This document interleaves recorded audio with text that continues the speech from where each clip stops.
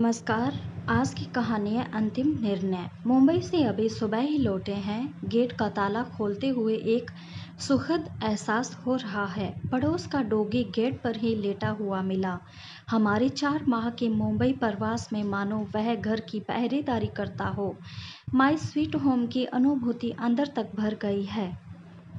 मेरी पत्नी ममता तो सामान व्यवस्थित करने में व्यस्त है। मैं पीछे लॉन में आ गया हूँ। हमारी काम वाली बाई ने बड़े जतन से हमारे बगीचे को संभाला है। एक भी पौधा मुरझाया नहीं है। दरवाज़ा खोलते ही गुड़िया पूंछ हिलाते हुए मेरे पैरों के पास घूमने लगी है। अपनी चिरपरिचित प्याली में दाना पानी खोज रही है। गुड़िया जी, अभी तो आपको निराश ही होना पड़ेगा क्योंकि तुम्हारी मालकिन को अभी समय ही कहाँ मिला है जो तुम्हारी प्यालियों को दाने पानी से भर सके। प्लीज़ अभी लौट जाइए। कल तक सुबह कुछ पहले की तरह मिलेगा तुम्हें। गुड़िया तुरंत उठ गई, मानो उसे सब समझ आ गया है। मैं गहरी गहरी सांसें ले रहा हूँ, मानो 4 माह की ताजगी अपने अंदर भर रहा हूँ। सामने के घर से प्रभा एक समर्स में चाय बनाकर ले आई है। मेरी पसंद के बिस्किट भी साथ में है। आंटी अंकल, पहले आप चाय पी लीजिए, बाद में सब काम करिएगा। चाय के साथ साथ प्रभा पूरी कॉलोनी के हाल चाल भी बताती जा रही है। 4 माह की सारी खबरें गरम गरम नाश्ते की तरह परोस रही हैं। चाय पीकर रास्ते की सारी थकान मिट गई। आंटी आज आप खाना मत बनाइएगा, मैं लेकर आऊँगी। हाँ, आशु को भेजकर आपकी महरी को बुलवा देती हूँ, वह आपकी सहायता करेंगी। आप तब तक फ्रेश हो जाइए, मैं नाश्ता ले आती हूँ। प्रभा के प्यार से अभी हम अभिभूत ही थे कि पड़ोस से मंजू नाश्ते एवं खाने का निमंत्रण लेकर आ गई। बड़े प्यार एवं सम्मान से उसने हमारा अभिवादन किया। पूरी लेन वालों ने हमें बहुत मिस किया। यह बात तो बिना बताए ही हमें स्पष्ट समझ आ रही थी। हमारे पड़ोसी हमें अपनों से भी अधिक प्यार करते हैं। एक एक करके सभी मिलने आए। लंच एवं डिनर के इतने निमंत्रण मिले कि ममता यदि 4 दिन भी गैस न जलाए तो चलेगा। सबने आपस में तय कर लिया है कि किस दिन किसके घर जाना है। चलो, इतने दिन में तो ममता सब व्यवस्थित कर ही लेंगी। मैं सोचने लगा, वह भी तो अब बूढ़ी हो चली है। अब यही तो परिवार बन गया है हमारा। कल बाजार जाकर सब सामान लाना है, हर चीज़ नई सिरे से जोड़नी होगी। वहाँ से आते समय चिंता लगी थी क्योंकि अब उम्र के साथ हिम्मत कम हो रही है, लेकिन यहाँ तो हमारी हिम्मत बनकर हमारे पड़ोसी खड़े मिले हैं। सबका प्यार देखकर बहुत अच्छा लग रहा है। मुंबई के कल्चर से अभी हमारा शहर अछूता है। यहाँ अभी भी भाईचारा बना हुआ है, बिल्कुल मोहल्ले वाला। 4 दिन पंख लगाकर उड़ गए। ममता और मैं सबके प्यार में डूबे रहें। अब धरातल पर आना चाहिए। 5वें दिन ममता ने नाश्ता खाना बनाया। दिनचर्या नियमित हो गई। गोरिया नित्य दाना पीना लेने आने लगी। कुछ दिन से ममता के चेहरे पर थकान देखकर मेरा मन व्यथित होने लगा है। जब से उसके हार्ट में प्रॉब्लम हुई है, बहुत जल्दी थक जाती है। अब उसे भी आराम की आवश्यकता है। मैं सब देख समझ रहा हूँ, परंतु उसकी सहायता कैसे करूँ, यह समझ नहीं आ रहा है। मैं भी तो बूढ़ा हो रहा हूँ। मुंबई कितनी आशा लेकर गए थे। आनंद का बार बार बुलाना, पापा अब आप हमारे पास आकर रहिए, आप आएंगे तो मैं बड़ा घर ले लूँगा। इन्हीं आश्वासनों के भरोसे सोचा चलकर देखते हैं। वहाँ मन लगा तो शेष जीवन आनंद के पास ही गुजार लेंगे। अब कहीं ना कहीं तो सेटल होना ही है। वहाँ रहेंगे तो हमारी आदत पड़ जाएगी। हम भी अपना घर अपना शहर बोलकर बच्चों में रम जाएंगे। पर कहाँ, वहाँ भी जल्द ही मोह भंग हो गया। आनंद एवं प्रिया का दफ्तर चले जाना, बच्चों का स्कूल तो था ही, हम दोनों को वहाँ भी अकेला कर जाती। ममता का काम और भी बढ़ गया। बच्चों के जाने पर सब समेटना, नाश्ता खाना बनाना, प्रिया के लौटने से पहले रात के खाने की तैयारी करना, इस तरह 6 आदमियों का खाना काम। रात होते होते ममता थक कर चूर हो जाती। नौकरानी तो समय पर आती चली जाती, वह अपने से कुछ न भी कहे। पर मैं उसका सूखा चेहरा देखकर व्याकुल हो जाता। हाँ प्रिया, ममता के कारण काफ़ी रिलैक्स लगती। अब वह जब तब अपने काम ममता को सौंपने लगी। मैं सोचता इस तरह कितने दिन चलेगा। ममता तो कुछ कहेंगी नहीं। अगर वह काम के बोझ के कारण अधिक बीमार हो गई तब। अभी इसी उधेड़-बुन में था कि मुझे लगने लगा बच्चे हमसे कुछ खींचे-खींचे से रहने लगे हैं। पहले की सी प्रफुल्लता उनके चेहरे से गायब होने लगी है। मिन्नी और राहुल भी अब पहले की तरह स्कूल से आकर दादी बाबा करके लिपटते-चिपटते नहीं हैं। क्या हो गया है इन्हें? कहीं हम बोझ तो नहीं बन रहे? यद्यपि प्रत्यक्ष तो कोई कुछ भी नहीं कहता, परंतु कुछ बातें वो कहने से ज़्यादा समझ जाती हैं। यही मैं अनुभव कर रहा था। जल्द ही बच्चों की उदासीनता का कारण पता चल गया। एक दिन आनंद को फ़ोन पर बात करते सुना। यार तू ठीक कहता है, कितने दिन से हम सब इकट्ठे नहीं हुए। जब से मम्मी पापा आए हैं तब से कहाँ मिल सके। मेरा और प्रिया का मन भी बहुत करता है कि पहले की तरह घूमें फिरें, छुट्टी के दिन पीने पिलाने का प्रोग्राम बने, परंतु इनके रहते नहीं लगता कि पहले वाले दिन लौट कर आएंगे। अब तो लगता है इनका यहीं रहने का पक्का प्रोग्राम बन गया है। 4 महीने होने को आए लेकिन अभी तक वो वापस जाने की बात भी नहीं करते। पर तू चिंता न कर यार, कुछ न कुछ जुगाड़ करता हूँ। जल्द ही पुराने वाले दिन फिर लौट आएंगे। तुम्हारी भाभी का भी यही हाल है। बच्चे अलग शहर में रहते हैं, अजब लाचारी है। आनंद की बातें सुनकर मैं तो स्तब्ध रह गया। अब मुझे समझ आ गया कि बच्चे इतना रूखा व्यवहार क्यों करते हैं। यह हमारी उपस्थिति से ऊब गए हैं, जल्द ही हमसे छुटकारा चाहते हैं। आनंद को ही क्यों दोष दूं? पिछली बार हेमंत के यहाँ जब कनाडा गए, वहाँ से भी क्या मधुर स्मृतियाँ लेकर लौट सके? उसके बाद क्या वहाँ फिर जाने की हिम्मत जुटा पाए? नहीं। ममता यदि यह सब सुन लेती तब क्या होता? नहीं नहीं, उसे कुछ भी पता नहीं चलना चाहिए, वरना उसका बीमार दिल क्या यह झटका सह पाएगा। हम दोनों कितने प्यार और विश्वास से यहाँ आए थे, भविष्य की सुखद कल्पनाओं के साथ। खैर, सपने तो सपने होते हैं। अब जल्द से जल्द लौटने का रिजर्वेशन करवाना होगा। अब यहाँ से मन उचट गया है। इस तरह अनिश्चित भविष्य को लिए हम लखनऊ लौट आए, बिना बच्चों को यह अनुभव कराए कि हम तुमसे नाराज़ हैं। दिन बीतते जा रहे थे। ममता तो घर गृहस्थी के कार्यों में व्यस्त रहने लगी।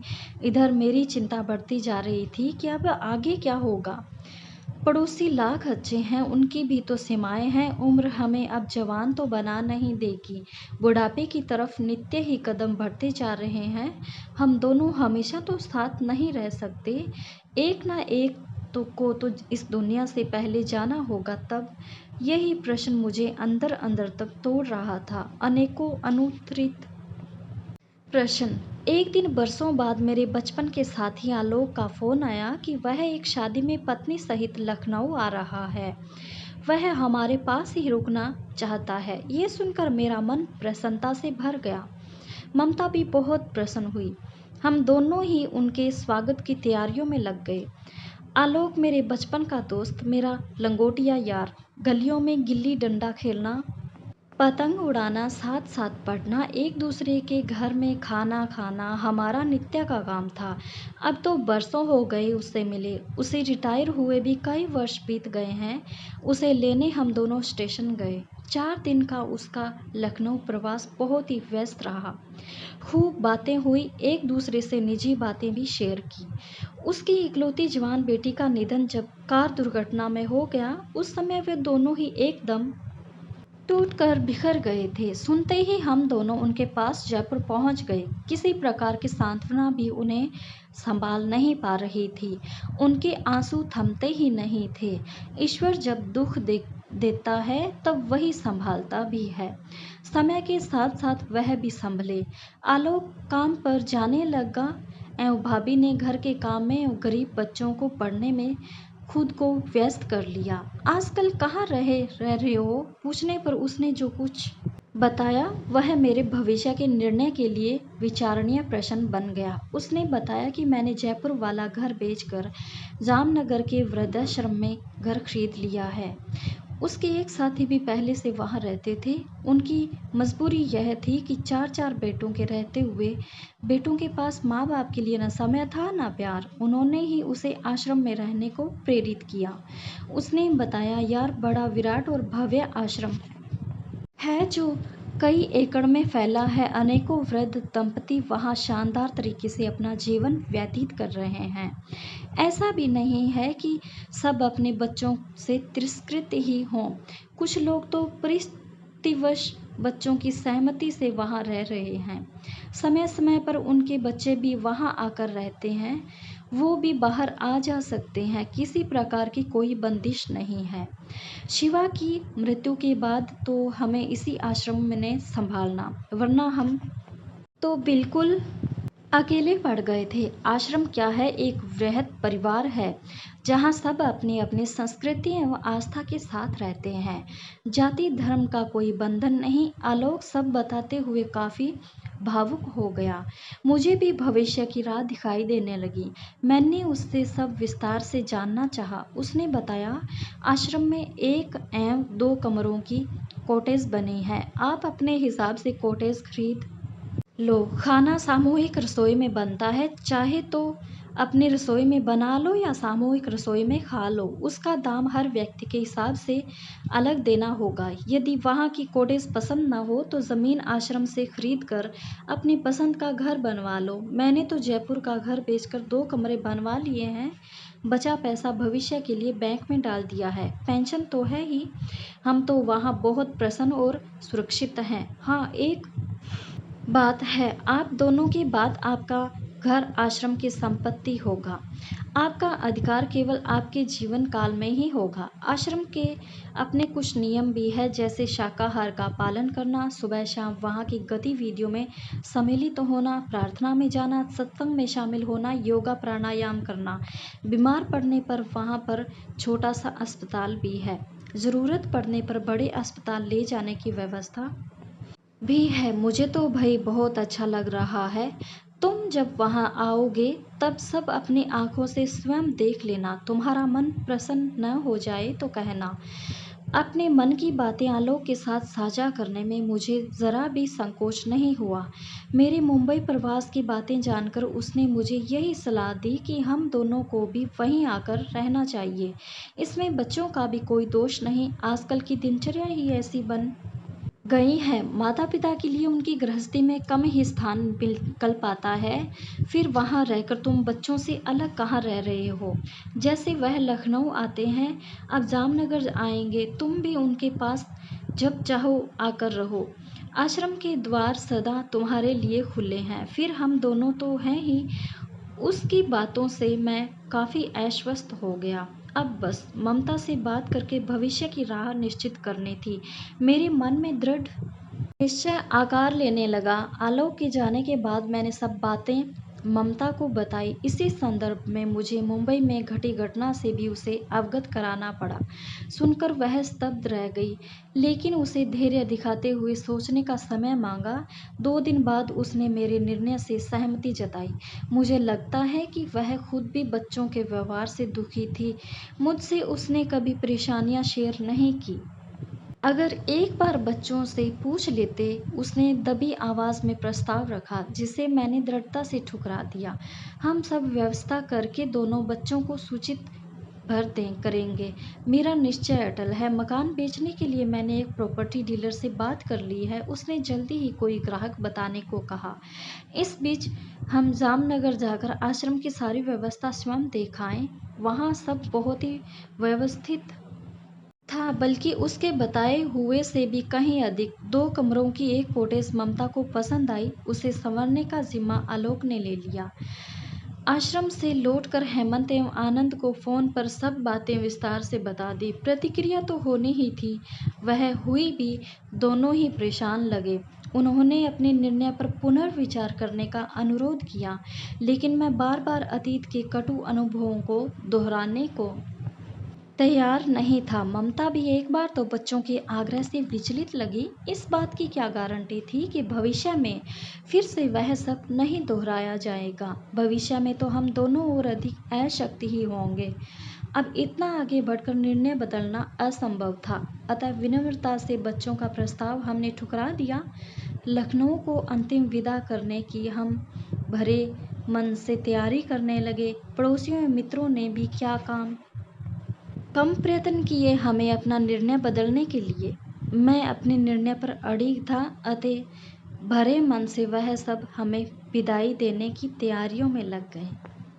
इस कहानी में मुझे एक ही चीज़ सबसे गलत लगी है, वो कि अपने माँ बाप को आश्रम में जाने के लिए फ़ोर्स कर रहे हैं, उनको मजबूर कर रहे हैं कि वो आश्रम चले जाएं, हम उनकी सेवा नहीं कर सकते।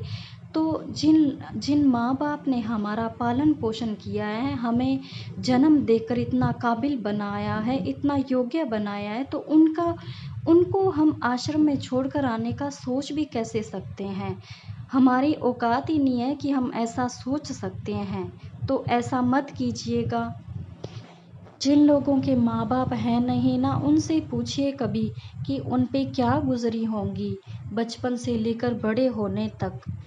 और उन लोगों से पूछिए कि माँ बाप की वैल्यू क्या होती है, जिनके माँ बाप होते हैं उनकी जो ज़िंदगी में अहमियत क्या होती है।